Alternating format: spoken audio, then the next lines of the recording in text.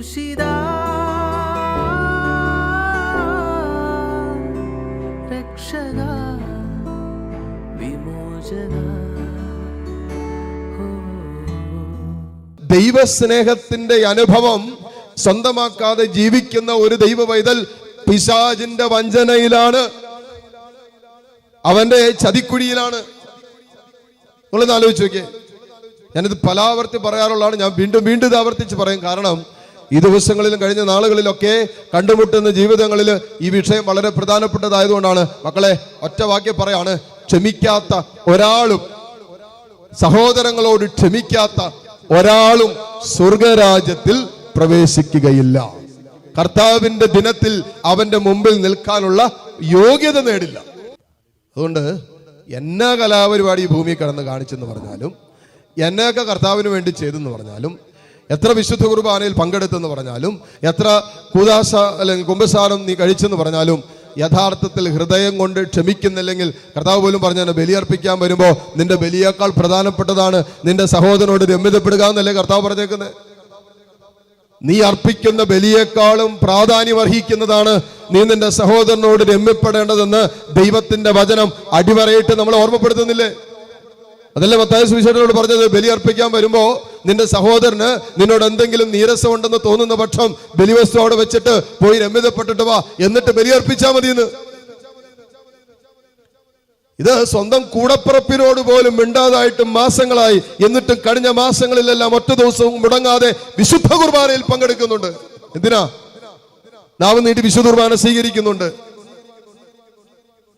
നീ നിന്റെ മരണത്തെയാണ് വിളിച്ചു വരുത്തുന്നതെന്നാണ് വചനം പറയുന്നത്. ഉണ്ട് ഈ ഒരു വിഷയം ഒരിക്കലും നമുക്ക് ലാഘവത്തോടെ എടുക്കാൻ പറ്റില്ല. കാരണം കർത്താവ് അത്ര കണ്ട് സീരിയസ് ആയിട്ട് പറഞ്ഞിട്ടുള്ള വിഷയമാണിത്. അതുകൊണ്ട് ക്ഷമിക്കാൻ പറ്റാത്തൊരു വ്യക്തി, ക്ഷമിക്കാത്ത ഒരു വ്യക്തി പിശാചിന്റെ സ്വാധീനത്തിലാണ്. ആ ആത്മാവിന്റെ മേൽ പിശാചിന് ഇപ്പോൾ തന്നെ നിയന്ത്രണമുള്ളത് കൊണ്ട് ആ വ്യക്തി മരിച്ചാലും ആ ആത്മാവ് നരകത്തിലേക്ക് പോകൂ. സമയം തരാഞ്ഞിട്ടാണോ ക്ഷമിക്കാൻ? ആവശ്യത്തിന് സമയം തന്നില്ലേ? വിട്ടുകൊടുക്കാൻ, എളിമപ്പെടാൻ, പോട്ടെ എന്ന് പറയാൻ, കുമ്പസാരത്തിൽ ക്ഷമിക്കാൻ, ജീവിതം കൊണ്ട് ക്ഷമിക്കാൻ എത്രയോ സാഹചര്യം ദൈവം തന്നിട്ടുണ്ട്. അല്ല, നമ്മള് ക്ഷമിക്കാൻ പറ്റണമെങ്കിൽ ഇങ്ങനെയാ പറയുന്നത്, എന്ത്?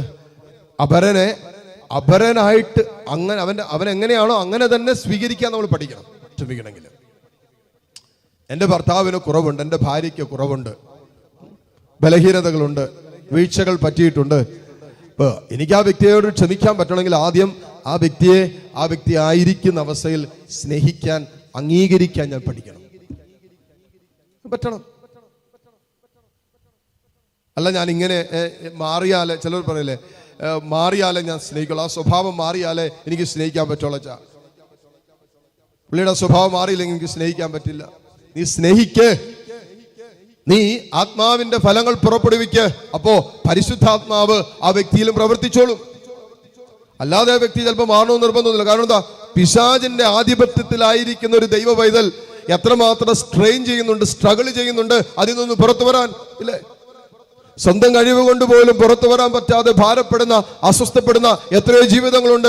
ചില ദുശീലങ്ങളിലും, ചില പാപ കൂട്ടുകെട്ടുകളിലും, ചില അവിശുദ്ധ ബന്ധങ്ങളിലും, ചില ദാമ്പത്യേതര ബന്ധങ്ങളിലും, ചില രാത്രിയുടെ യാമങ്ങളിലുള്ള സ്വകാര്യ മൊബൈൽ ഫോൺ ബന്ധങ്ങളിലൂടെയൊക്കെ കടന്നു പോകുന്ന എത്രയോ പേരുണ്ട്. നിർത്തണമെന്ന് ആഗ്രഹിച്ചിട്ടും ഉപേക്ഷിക്കണമെന്ന് ആഗ്രഹിച്ചിട്ടും പറ്റാതെ പോകുന്ന എത്രയോ ജീവിതങ്ങളുണ്ട്. അപ്പൊ ഒരുപക്ഷെ നിങ്ങൾ പറഞ്ഞാലും ചിലപ്പോൾ നിർത്താൻ പറ്റണമെന്നില്ല. അവിടെയാണ് നമ്മൾ ആ വ്യക്തിയുടെ ബലഹീനതകൾ മനസ്സിലാക്കി, കുറവുകൾ മനസ്സിലാക്കിയിട്ട് ആ വ്യക്തിയെ സ്നേഹത്തിലെടുക്കുമ്പോൾ നിന്നിൽ പരിശുദ്ധാത്മാവിന്റെ ഫലങ്ങൾ ചലിക്കാൻ തുടങ്ങുമ്പോൾ ആ വ്യക്തിയിലും അതേ ആത്മാവ് ചലിക്കാൻ തുടങ്ങും. അതുവരെ ആ വ്യക്തിയുടെ മേൽ ആധിപത്യം ഉറപ്പിച്ചിരുന്ന പിശാചിന്റെ കെട്ടുകൾ അഴിയാൻ തുടങ്ങും. അതുകൊണ്ട് മക്കളെ, വളരെ പ്രധാനപ്പെട്ട വിഷയമാണ് വചനത്തിലൂടെ കർത്താവ് നമ്മളോട് പറയുന്നത്. എന്താണ്? നമ്മൾ നിരന്തരം ജാഗ്രത പാലിക്കണം, ജാഗരൂകരായിരിക്കണം.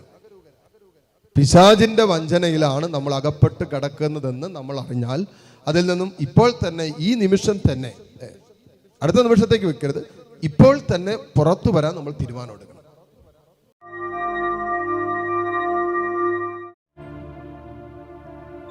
കർത്താവേ, കരഞ്ഞു കലങ്ങിയ കണ്ണുമായിട്ടാണ് നിന്റെ മുമ്പിൽ നിൽക്കുന്നത്. ഒത്തിരി സങ്കടങ്ങൾ നിന്നോട് പറയാനുണ്ട്. ഒത്തിരി വേദനകൾ ഉള്ളിലൊതുക്കിക്കൊണ്ടാ ഈ ജീവിതം മുന്നോട്ട് കൊണ്ടുപോകുന്നത്. എത്രയോ ജീവിതത്തിന്റെ വേളകളിൽ ആരുമില്ല എന്നുള്ള തോന്നലുകൾ എന്നെ അലട്ടിയിട്ടുണ്ട്. എത്രയോ ജീവിതത്തിന്റെ അനുഭവങ്ങളിൽ ഞാൻ ഒറ്റയ്ക്കായി പോയോ എന്നുള്ള ചിന്ത എൻ്റെ മനസ്സിനെ ഭരിച്ചിട്ടുണ്ട്. തമ്പുരാനെ, നിന്നിൽ ആശ്വാസം കണ്ടെത്താൻ കഴിയാതെ പോയ ജീവിതത്തിന്റെ എത്രയോ ഇന്നലകൾ എൻ്റെ ജീവിതത്തിലുണ്ട്. ഇന്നലകളിൽ നീ തന്ന വേദനകള് നിന്റെ സ്നേഹമായിരുന്നു എന്നറിയാൻ തമ്പുരാനെ ഞാൻ എത്രയോ വൈകിപ്പോയി. കർത്താവേ, ഇന്നലകളിൽ നീ അനുവദിച്ച സഹനങ്ങൾ നിനക്കെന്നോടുള്ള സ്നേഹമായിരുന്നു എന്ന് മനസ്സിലാക്കാൻ ഞാൻ എത്രയോ വൈകിപ്പോയി. കർത്താവേ, ഇന്നലകൾ തന്ന വേദനകളെല്ലാം നിന്റെ സ്നേഹമായിരുന്നല്ലോ. കർത്താവേ, നീ എന്നെ സഹനത്തിലൂടെയും സ്നേഹിച്ചതിനെ ഓർത്ത് എൻ്റെ ആത്മരക്ഷ ഏറ്റെടുക്കാൻ വേണ്ടി സഹനത്തിലൂടെ നീ എനിക്ക് വേണ്ടി കാൽവരിയുടെ നെറുകയിൽ ആ രക്ഷ നേടിത്തന്നതുപോലെ തമ്പുരാനെ, ചില സഹനങ്ങൾ അനുവദിച്ച് എൻ്റെ ആത്മാവിനെ കുറിച്ച് കരുതലുള്ളവനായി ജീവിക്കാൻ നീ അനുവദിച്ചല്ലോ.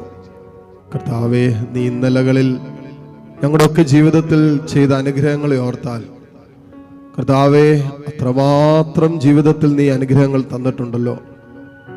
എണ്ണിയാൽ തീരാത്തത്ര അനുഗ്രഹങ്ങളാണല്ലോ തന്നിട്ടുള്ളത്. നടത്തിയ വഴികളെ തിരിഞ്ഞു നോക്കുമ്പോൾ ശേഷിക്കുന്ന ജീവിതം നന്ദി പറഞ്ഞ് തീർക്കാനല്ലാതെ മറ്റൊന്നിനും കഴിയില്ല എന്ന് ഞങ്ങൾ മനസ്സിലാക്കുന്നു. തമ്പുരാനെ, ഞങ്ങളുടെ നിലകളിലേക്ക് തിരിഞ്ഞു നോക്കുമ്പോൾ കർത്താവേ, ഇപ്പോഴായിരിക്കുന്ന അവസ്ഥകളിലേക്ക് നീ ഞങ്ങളെ കൈപിടിച്ചുയർത്തിയല്ലോ.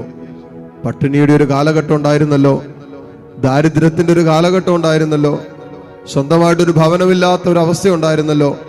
അവിടെ നിന്നൊക്കെ സ്വന്തമായിട്ടൊരു ഭവനത്തിലേക്ക് കർത്താവ് ഉയർത്തിയില്ലേ? പട്ടിണിയും ദാരിദ്ര്യമൊന്നും ഇല്ലാത്തൊരു ജീവിതത്തിന്റെ അവസ്ഥയിലേക്ക് കർത്താവ് മാറ്റിയില്ലേ? സ്നേഹിക്കാൻ ആരോഗ്യോ കർത്താവ് തന്നില്ലേ? സ്നേഹം പങ്കുവെക്കാൻ ആരോഗ്യം നിന്റെ ജീവിതത്തിൽ കർത്താവ് കൂട്ടിച്ചേർത്തില്ലേ? തിരിഞ്ഞു നോക്ക് മക്കളെ, നന്ദി പറയാനല്ലാതെ മറ്റെന്താ നമുക്ക് കഴിയുക? ഇന്നും ആരോഗ്യത്തോടെ ഇരിക്കാൻ ദൈവം അനുവദിക്കുന്നില്ലേ? നിന്റെ സമപ്രായക്കാരായ പലരും മണ്ണിനോട് മണ്ണായി തീർന്നപ്പോ നീ ഇന്നും ജീവിച്ചിരിക്കുന്നില്ലേ? അത് തന്നെ ദൈവത്തിന്റെ വലിയ കരുണയല്ലേ, സ്നേഹമല്ലേ? എത്ര നന്ദി പറഞ്ഞാലും തീരാത്തത്ര അനുഗ്രഹങ്ങൾ ഓരോ നിമിഷവും ദൈവം നമ്മുടെ ജീവിതത്തിൽ ചെയ്യുന്നില്ലേ?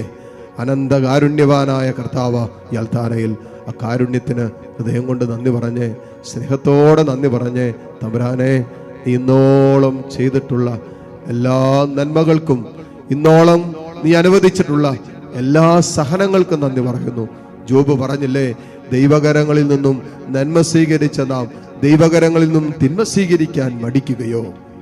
ജോബിനറിയാം, ഒരു തിന്മ ദൈവം അനുവദിക്കുമ്പോ എന്റെ നന്മയ്ക്കാണെന്ന്, ഒരു സഹനം അനുവദിക്കുമ്പോൾ അതും നന്മയ്ക്കാണെന്ന്.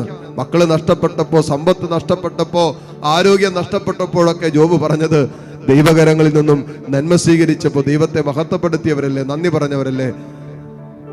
അതേ ദൈവം നമ്മുടെ ജീവിതത്തിൽ തിന്മ അനുവദിക്കുമ്പോ അത് സ്വീകരിക്കാനും നന്ദി പറയാനും വിളിക്കപ്പെട്ടവരല്ലേ നമ്മൾ? ഓ ദൈവമേ, ഇന്നോളം നീ നടത്തിയ വഴികളെല്ലാം ഓർത്ത് നന്ദി പറയുന്നു.